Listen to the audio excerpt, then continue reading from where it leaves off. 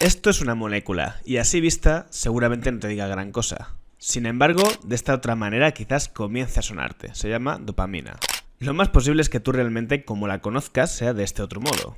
Bueno, como la experimentas. Sobre ella se han dicho muchas cosas, se han escrito libros y facturado miles de euros. Hay quien la ama y quien la detesta. Cada vez son más los youtubers, influencers u otros que salen en sus redes diciendo que están practicando una cosa llamada el ayuno de dopamina. Si te dijera que la desintoxicación dopamínica es la luz al final del túnel.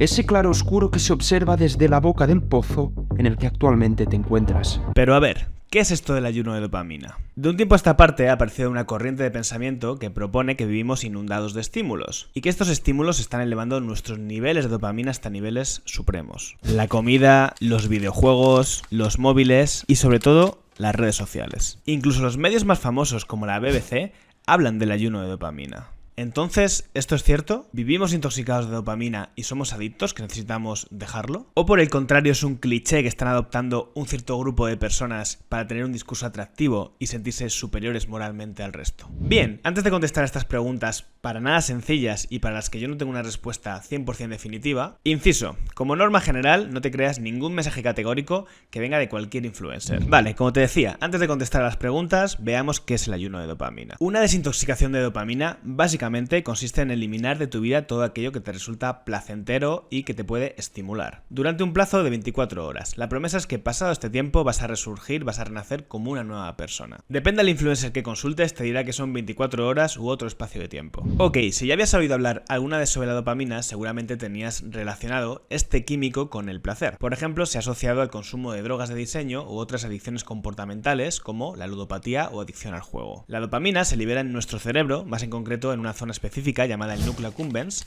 cuando realizamos una actividad placentera. Simplificándolo mucho, el sistema de recompensa cerebral sirve para esto, para recordarnos que hay cosas que cuando las realizamos nos hacen sentir cosquillitas y que si las volvemos a realizar, pues las volveremos a sentir. Estoy dando por sentado que te gustan las cosquillitas, pero a lo mejor a ti no. Sin embargo, esto es quedarnos muy en la superficie de para qué sirve la dopamina. A lo largo de nuestra vida aprendemos multitud de cosas. Por ejemplo, de pequeños aprendemos que aunque el fuego sea bonito, pues mejor no meter la mano porque nos vamos a quemar. También aprendemos otro tipo de cosas. Por ejemplo, que si queremos aprobar un examen, pues tenemos que estudiar y currárnoslo, salvo que te hagas chuletas y copias, aunque eso también es un esfuerzo. Este proceso de aprendizaje puede dividirse en dos etapas. Primero tenemos una expectativa y después ocurre una experiencia. Aquí es donde encaja la dopamina. La dopamina actúa de puente entre la expectativa y la experiencia. Si la experiencia supera la expectativa, se producirá una gran liberación de dopamina en nuestro cerebro. Si por el contrario la experiencia es inferior a la expectativa, esta dopamina no se liberará. Te lo pongo en un ejemplo para que lo entiendas. Si yo estudio mucho y espero sacar un 7 y saco un 9, se acabará produciendo un gran chute de energía y motivación dentro de mí. Sin embargo, si yo estudio mucho y saco un 5 o incluso suspendo, es posible que mi motivación decrezca, no se produzca esa liberación de dopamina. Esto es lo que se llama los picos y los valles de la dopamina. Cuanto mayor es un pico de dopamina, mayor poder reforzante tiene eso que hemos aprendido. Sin embargo, después de un pico siempre viene un valle y después de un valle siempre viene un pico. Porque de algún modo el cerebro lo que busca es regular nuestra energía y que no estemos todo el rato a tope. Esto podría ser una de las explicaciones de por qué cuando vivimos una experiencia muy emocionante, al día siguiente nos encontramos más chof. Por ejemplo, después de un gran viaje o de una noche de fiesta. A muchas personas les sucede que cuando están de resaca al día siguiente se encuentran tristes y eso es porque el día anterior vivieron emociones muy intensas, un pico de dopamina. De hecho, uno de los errores más habituales a la hora de entender este neurotransmisor es pensar que funciona como un sistema de producción que tiene un botón que nosotros los pulsamos y empieza a generar dopamina sin contención. Y esto no es así. Las personas tenemos unas reservas de dopamina, lo que se llama la línea base, y se van moviendo en estos picos y valles. Es decir, la dopamina no es como la Fed, que cada vez que hay una crisis económica se pone a imprimir billetes como si no pasara nada. Bueno, recapitulando, la dopamina nos sirve para aprender y lo hace mediante esa distancia que ocurre entre la expectativa y la experiencia. De esta manera nosotros vamos actualizando nuestras expectativas sobre las cosas que nos pueden pasar o que podemos conseguir. Y es posible que te estés preguntando, vale, ¿y esto qué tiene que ver con la desintoxicación de dopamina o si es cierto que las personas vamos de dopamina hasta las orejas en la sociedad moderna? La idea en la que se sustenta esta teoría del ayuno dopaminérgico es que como cada vez recibimos más estímulos, producimos más dopamina y cada vez tenemos unas expectativas mayores, de modo que la vida pierde su valor y que los reforzantes naturales también lo hacen con ella. Esto podría tener algún sentido, por ejemplo, es lo que ocurre en las adicciones. Por ejemplo, una persona que es consumidora de MDMA de manera adictiva, después le cuesta encontrar el placer o la motivación en actividades de la vida cotidiana. Esto ocurre por lo que justo te acabo de contar. Cuando comenzamos a tomar una sustancia con un gran poder psicoactivo, esto implica que se produce una liberación de dopamina brutal en nuestro cerebro, es decir, una grandísima expectativa. Esto va a provocar que sigamos compitiendo y que otras actividades de la vida cotidiana, como puede ser salir a tomar algo con unos amigos sin consumir sustancias o hacer deporte, ya no nos resulten tan reforzantes y no puedan competir con el consumo de la sustancia. Con el tiempo, la sustancia va a perder su valor reforzante, pero también nos va a servir para evadirnos del malestar que nos provoca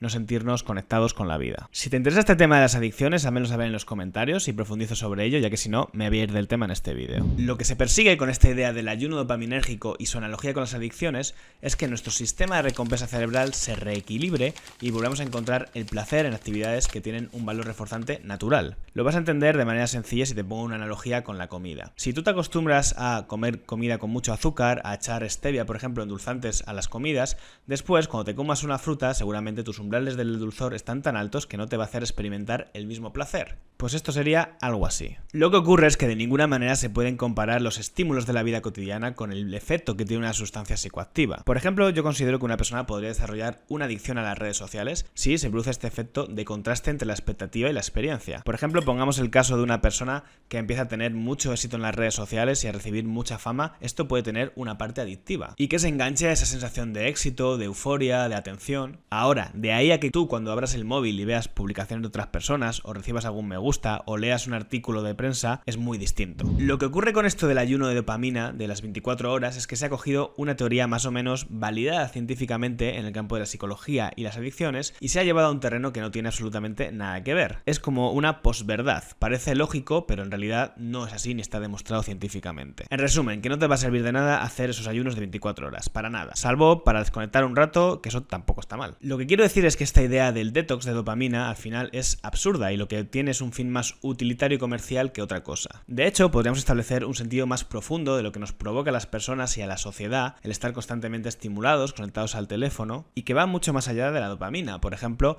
el hecho de que estemos siempre distraídos fomenta que no tengamos momentos de introspección o de contacto con nosotros mismos. Y esto no tiene nada que ver con la dopamina. Antes ibas al médico o quedabas con un colega y en lo que llegaba o en la sala de espera del médico, pues cruzabas los brazos y decías, bueno, este es mi momento para pensar en esto. Otro punto en el que tiene mucho que decir la dopamina tiene que ver con la gratificación retrasada. Esto es básicamente la relación entre recibir una recompensa inmediata pero de menor valor o esperar un tiempo y conseguir una recompensa de mayor valor y más significativa. He encontrado un experimento muy interesante que habla sobre esto. El experimento, la verdad es que era muy sencillo. Básicamente lo que hacían los investigadores era colocar a un ratón en una cámara de espera y el ratón tenía dos opciones. Una era salir inmediatamente y recibir una recompensa más pequeña, como era un vaso de agua, y la otra opción era esperar más tiempo y recibir una recompensa mayor. Cuanto más esperaba, mayor era la recompensa. Lo que hicieron los investigadores fue monitorizar el cerebro de los ratones para ver cómo era la liberación de dopamina. Querían comparar qué sucedía en los ratones que accedían a la gratificación inmediata y en aquellos otros que esperaban a la gratificación retrasada. Y se dieron cuenta de algo muy curioso, y es que la producción de dopamina en unos y otros era muy similar. Es decir, esperar una recompensa puede tener un efecto similar a estar recibiéndola. Quédate con esto porque es muy importante. Vivimos en la sociedad de la inmediatez, donde lo queremos todo y lo queremos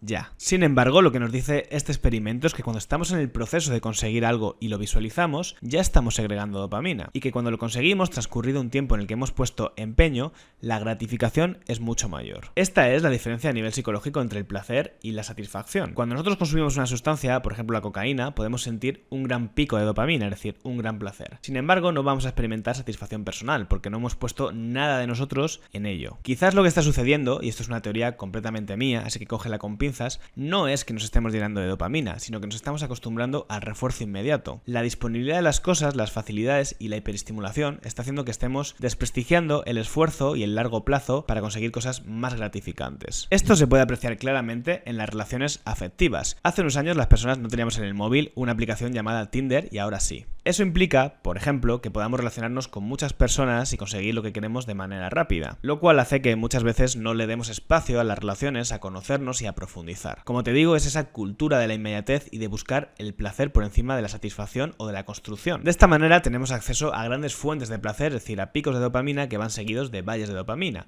de sentirnos vacíos, desconectados. Y ojo, que con esto no estoy diciendo que estés haciendo algo mal si usas Tinder como una fuente de placer. La cuestión es que si en general en tu vida no hay esfuerzo, no hay implicación, no hay construcción, seguramente no llegues a sentirte bien del todo. Una persona puede estar atravesando un momento de su vida en el que necesite relacionarse de esa manera en esa área concreta y estar muy llena o construir cosas muy interesantes alrededor en otros ámbitos. Simplemente era un ejemplo para que entiendas cómo se está conformando la sociedad y esa cultura de la inmediatez. Cuando estas personas que defienden lo del ayuno de dopamina escriben el argumento de que cada vez nos cuesta más disfrutar de un paseo tranquilamente por la calle o de leer un libro, quizás el problema no sea la dopamina, sino que estas acciones cuestan un esfuerzo, mientras que estar tirados en el móvil y, por ejemplo, leer un artículo o estar en Instagram, no tanto. Creo sinceramente que lo que estamos perdiendo es la capacidad de esfuerzo y de movilizarnos para buscar recompensas. Lo que está claro es que reducir cualquier aspecto de la mente humana a un neurotransmisor, como puede ser la dopamina, la serotonina, el cortisol o cualquier otro, es un ejercicio de sobresimplificación tremendo, y que la mente humana, el cerebro humano es mucho más complejo y realmente no tenemos un conocimiento completo de cómo funciona. Así que cuando te encuentres perfiles en las redes sociales que tienen mensajes tan categóricos como los que te decía antes, huye de ellos, porque en el fondo lo que te están vendiendo es una filosofía barata o algún producto que tienen. Mi aportación hasta aquí. Si te interesa este tema, házmelo saber en los comentarios, dale like y déjame tus impresiones. Si te suscribes también no te perderás nada de lo que está por venir. Por mi parte nada más, te dejo por ahí un vídeo en el que hablo sobre la procrastinación, que también está muy vinculado con esto de la dopamina. Nos vemos en el siguiente. Adiós.